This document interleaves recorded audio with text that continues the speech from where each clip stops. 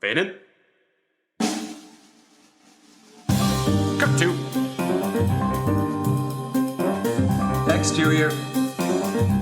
Interior. Restaurant? Bar. Club. Day. Night. Action.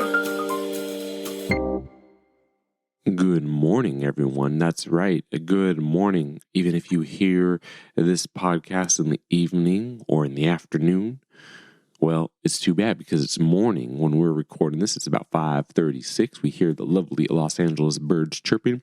The magnolia flowers are blossoming, and we have that June gloom, that sexy, foggish June gloom. That's right. This is why we love Los Angeles. This is why we love recording Restaurant Fiction in June. All right, well, anyway, before we begin, just want to let you know, if you want to know more about Restaurant Fiction, you can always DM us at Instagram or talk about and stir up a conversation at Monis at restaurantfiction.com. But anyway, this is Restaurant Fiction, the podcast that reviews every single fictional restaurant, bar, and club, and TV and film. And today we brought along our very, very good friend, director of photography and cinematographer, Matt Ryan. Matt Ryan has been a dear friend for a few years, and let me tell you something, it is very, very difficult to find and keep and grow real, authentic friendships in the city of Angels. Believe it. So when you have a friendship that lasts well over a year, I'd say you're in pretty good territory there. So, well, anyway, what is the fictional restaurant today? Well, the fictional restaurant is Paddy's Pub. Paddy's Pub is featured in the awesome, long running show on FX called It's Always Sunny in Philadelphia. Anyway, here is our review of Paddy's Pub and our conversation about the dive bar and other dive bars with director of photography and awesome cinematographer, Matt Ryan. Go. Guys, welcome back to Restaurant Fiction. This is Monis Rose. Now, usually we talk to you, we say these very scholarly, well-written reviews of fictional restaurants, bars, and clubs. Well, this is going to be a little bit different. This is actually going to be a set of rules, a set of protocols to have a good time at a dive bar. You see, there needs to be that when you go to a dive bar, and you know a dive bar when you see it, you smell it, you feel it, you use all your senses. And if you abide by these rules, then you will not only have a great time at a dive bar, you will have the best of times at the best dive bar, at least in Philly, and that's called Paddy's Pub. All right. Number one, first rule is you must show up at 6 a.m. That's right. That is the perfect witching hour for a dive bar, because that's when a dive bar shows its true cards. You really know. It's kind of like going to a strip club with your joggers on. You're there for business. Okay, number two, make sure there's no bouncer. Plus, they don't card. If there are crackheads on the outside, that's fine as long as they don't bother you. You just do your business and they do theirs. Number three, if you do not step in gum, broken glass, barf, a human being sleeping on the floor, rats, well then, it's not worth your time. Then get the fuck out. Number four, if there are actual people working there, meaning are they actually doing their jobs and pouring you a beer, well, not worth your time either. You see, when you walk into a place like Paddy's Pub, and could count as number 5, there needs to be anarchy. There needs to be that honor and layaway system. Don't even bother with paying. Just show up and see what happens. Now, start early. And we're not talking about the day. We've already mentioned that. I mean, age. You see, you can come. We're not going to tell you what age to start by going to Paddy's Pub, but, they're not going to check, so start whenever you want. And number 7, never use the bathroom or go into the basement or the attic. Enough said. And that's it. That is how you have a consistently, not just a good time, but a transcendent time at Paddy's Paddy's Pub. All right, that is our little quick review of Paddy's Pub, and I know there is mythology upon mythology, but really you can sum up Paddy's Pub in those distinct rules. What do you have to say about that, Matt Ryan? What do you have to add? What do you have to subtract? The floor is yours. Yeah, thanks for having me. First thing I want to say is you talked about when you first go into a dive bar, the sights, the smells. I think it's the smell that hits you first. The smell that has never been cleaned in the stagnant air. And depending when and where you are, the layer of smoke, likely at eye level, good haze when you walk through. Also want to note about the bathrooms, you should only go number 1. You don't want to go number 2. If you got to go number 2, you just need to go home because there's no door on any of the stalls at a good dive bar. No, that is true. And personally, I remember my first dive bar in Los Angeles was King Eddie's Saloon. And like when I walked in, I mean, the first thing I did was step in gum on the floor, and I stepped in gum again. Awesome. Where is that? It's in downtown Los Angeles. It's where the late and great Charles Bukowski, the writer, he got inspiration, let's say, from King Eddie's Saloon. Nice. I have to check it out. Yeah. So the smell. You said the smell. The smell hits you first, man. That stagnant bar mat smell where you've just been having many liquids, ambiguous liquids mixed together on the floor, maybe some bacteria growth over time, a little bit of stale beer, spilt whiskey, tears. And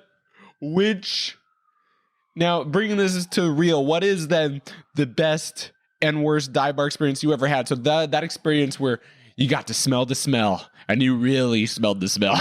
Sure. The best dive bar experience, that's a tricky one because there's been so many. But the best dive bar experience, I think, has probably happened in the South in Florida Panhandle. I think that's like a really good, authentic dive bar location. Pretty much any bar is going to be a dive bar down there. And I'm sure you could have some run-ins with Florida Man all the time. Oh, Florida Man is a staple. Yeah. There are many a Florida Man. My best dive bar experience is probably, it was kind of a weird one. It was at a bar in Tallahassee called Poor Paul's. Has kind of a low drop ceiling, just that layer of smoke when you walk in. And I think you just ordered pitchers of beer. I don't think you got a glass of beer. I don't really remember that. Everyone just kind of drank out of their own pitcher. If I remember, I think they had like a really gross hot dog machine on Mondays to try to get people in or something, or some kind of like gross food that was definitely not sanitary to eat or never cleaned. But I went there with actor Stephen Baldwin. We wrapped a job in Tallahassee one time, and it was a blast. Got a lot of Southern attention there, and there's dartboards and no real rules, no security, no one, like you said, no one's checking your ID. You just walk in. That was a good one. Also, if it's a real dive bar, there's no urinals. It's a trough. So the trough is another good staple of an old school OG dive bar, I think. Men and the men out there, if you're not comfortable with just letting it all hang out, well, yeah, you're going to have to find another bathroom. Trough prison. Yeah.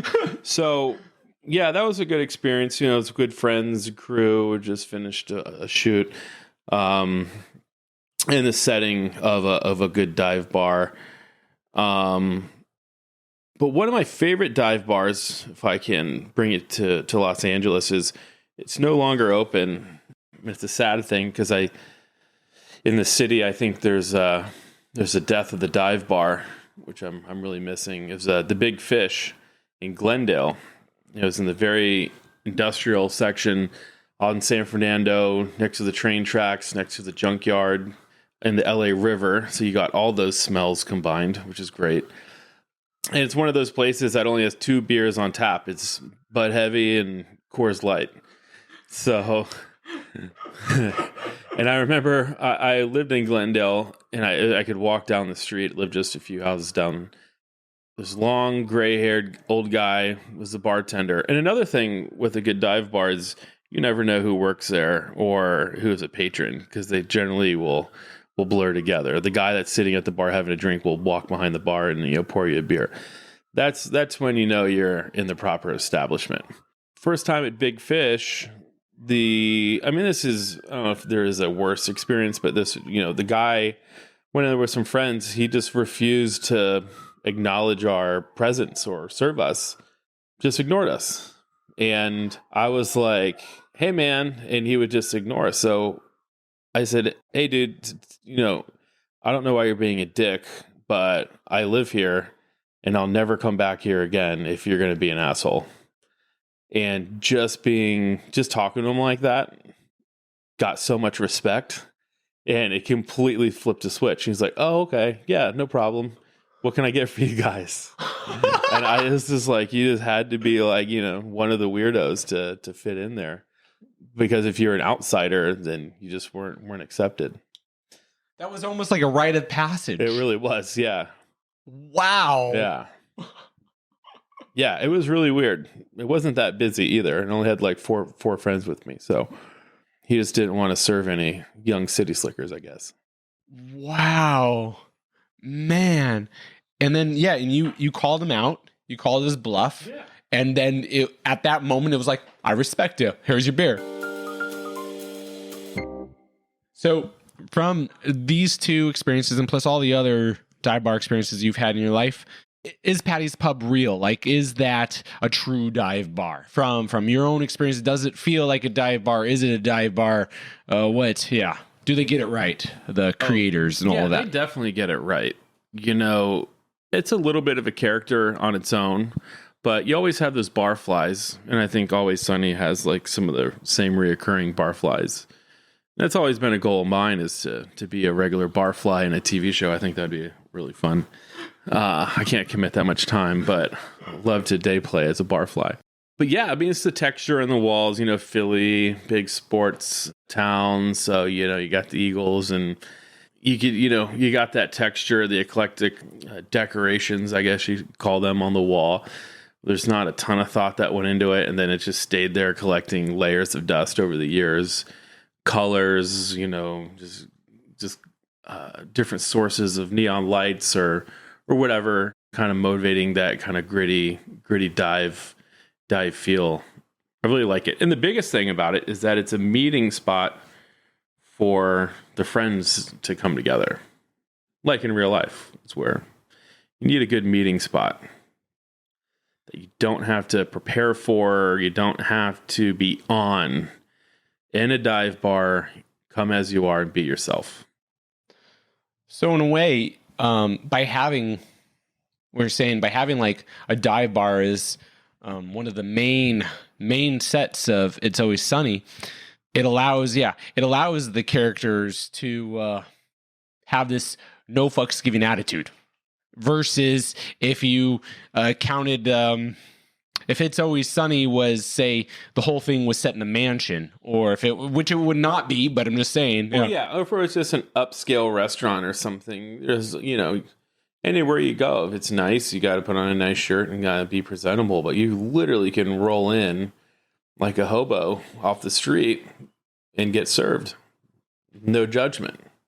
So how important then is Paddy's Pub to the show? Oh, it's critical. That's the meeting spot.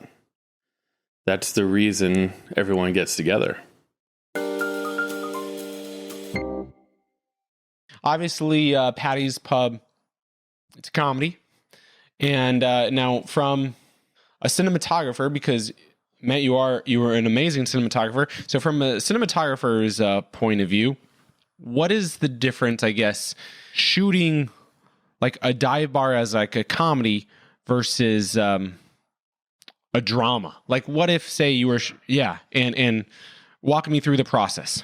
When you asked me to come on the show and like bar or restaurant, I was like, well, you think of like the Seinfeld diner, you think about Friends Cafe, the Central Perk, and then I was like, well, the modern Seinfeld is Always Sunny with a little more grit.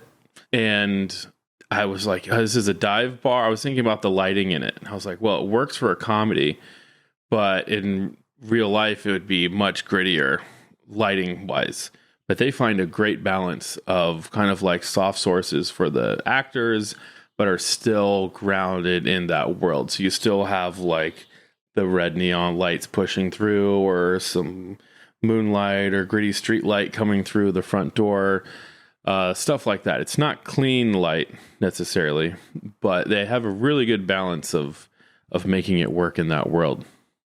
But if you're doing a drama, you might, have a lot of atmosphere, smoke in the air, and have, jukebox, fluorescent lights, beer signs, stuff like that be the motivating source.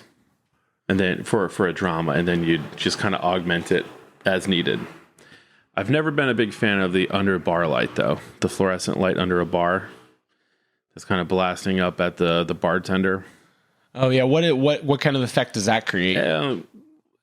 I saw it more in like the 90s and stuff. It was kind of a cheap way out of putting a source somewhere. But it's like an uplight. It's kind of ugly on the face. It's very sourcey. It's hot on on your torso, and it doesn't fall off as nicely. And you don't see it that much in real life. You see it a little bit. Yeah, I think maybe over the years with LED lighting and stuff, a lot of bars have put a little more thought into their lighting. But I try to stay away from that aesthetically. Assuming you want to go into a conversation about aesthetics of the bar. Well, yeah, because so what you're saying is, the difference of shooting, say, like a Paddy's Pub, obviously it is a comedy, but say it was a drama, it wouldn't be as crystal clear. Like it wouldn't be as bright. Obviously, it wouldn't be very crystal clear if It's Always Sunny and Paddy's Pub was turned into, say, a drama. You were shooting it and lighting it, etc. It would be not blurrier, but just a blend, like a little blend. It wouldn't be as toned down. From an art direction, from a set point of view, that set is ready to go into drama mode. All you got to do is reduce the fill light and the kind of the brighter keys in the middle of the room. So they've done a great job of having the background have that grit, but the actors, in the set, either at the bar stools or at the high top tables. Those are kind of broader, softer lit areas, or brighter lit areas, not so much soft, but brighter. So if you just pull that down and motivate sources coming from, the jukebox and stuff that we just talked about, then you're in there in the dramatic world. All right, so I'm the head of a studio or network, doesn't matter. It'd be a TV show, movie. I have carte blanche, and I'm now giving you carte blanche to shoot your dream dive bar. What does that look like, and how are you shooting that? And is it going to be comedy? Is it going to be drama? Is it going to be action? What is the Matt Ryan dream fictional dive bar? And yeah, I think drama, suspense, mystery, thriller works best for dive bars. Really? Yeah, with comedies, you're generally a little more high key. Okay. And your lighting and a little wider. But I think you could do a lot of cool, gritty stuff, mysterious. There's a lot of mysterious things that happen in dive bars. The bar flies, the people that are there. Every time you walk into a dive bar for the first time, a real dive, there's an old creepy dude at the end of the bar that's been there for years that is vetting you the moment you walk in. And you could feel the eyes looking at you. And those guys have stories. They're generally not warm, welcoming places right away. I'm talking a real gritty dive. Like not some LA dive themed place. I'm talking real shitholes. Yeah, especially that where you're not going in for the kitsch, you're not going in for a laugh. You're in the middle of nowhere, and this is like you are a fish out of water, and this is for so many people their only therapy. Yeah. I've heard some crazy stories from guys at dive bars. I'm sure above and below the belt. Yeah. And you never know what you're going to walk into. I mean, this is not a question. One of ours, Restaurant Fiction once went to the Salton Sea, and there's no good spot in the Salton Sea area. And for those not familiar, it's kind of, it's outside of the IE, outside of San Bernardino County on your way to, like, I think it's either past or right before Palm Springs or adjacent to. But anyway, we walked in, and there was a raisin of a woman in her 80s with just a bra, and started calling us pussies from right when we walked in. Like, what do you want, pussies? Like, and I was with a buddy. Perfect. Yeah. That checks out. Yeah. It's like the old guy staring at you the moment you walk in. Exactly. She just verbalized what this guy was thinking. Which is another reason we probably didn't get served right away, because we probably had like a nice button-down shirt and, you know, some city slicking asshole who's going to a dive bar in the city. It's not like, you know, Glendale is like the new Beverly Hills. Yeah, I know. How can a writer enhance the role of a cinematographer? It all starts with the script. If the story is a good story, the writer has communicated the feeling, the look, the motivation of a scene for the actors, for the direction, and for the cinematographer. So setting up a scene, setting up a feeling usually happens on the page, hopefully happens on the page. And that's where I draw my inspiration. Matt, what question am I not asking you? Biggest piece of advice I'd say for a young cinematographer would be to just keep shooting anything and everything you can, and put as many resources as you can onto the screen, whether it's try to get better lenses, or see it all the way through. If you could scout the locations or do the color grade. I did a ton of free work outside of like a 1-day shoot or something, you know, to prepare for it, to get it as good as possible for the reel. And then that is a stepping stone for the next project. Excellent. Matt, how was it? That was Restaurant Fiction. It was awesome. All right, cool. Thanks for having me, man. Absolutely. Matt, like all of our guests, that was awesome. Actually, that was you were one of our better guests, so you are welcome back anytime you want, and even faster than our previous guests. Just don't tell our previous guests that. I know this is on the record. Anyway, guys, if you want to know more about Matt Ryan and the work he has done, the work he has made, please go to his website. It is mattryandp.com. That is spelled MATTRYANDP.com. If you want to know more about Restaurant Fiction, well, I mean, wherever you found us in the first place, whether that be iTunes, Spotify, iHeartRadio, Audible/Amazon, you know, because they kind of own each other now. Well, etc., etc. If you want to actually reach out to me, we're on Instagram, Restaurant Fiction, and then email me personally, Monis, MONIS, @restaurantfiction.com. Love to hear from you. Love to hear what you hated. Love to hear what you loved. Just love to have a conversation about fictional restaurants and bars and film. Anyway, that's about it. Until next time, guys, keep it real, keep it fresh, and always keep on the flip side. Cut to Exterior. Interior. Restaurant? Bar. Club. day. Night.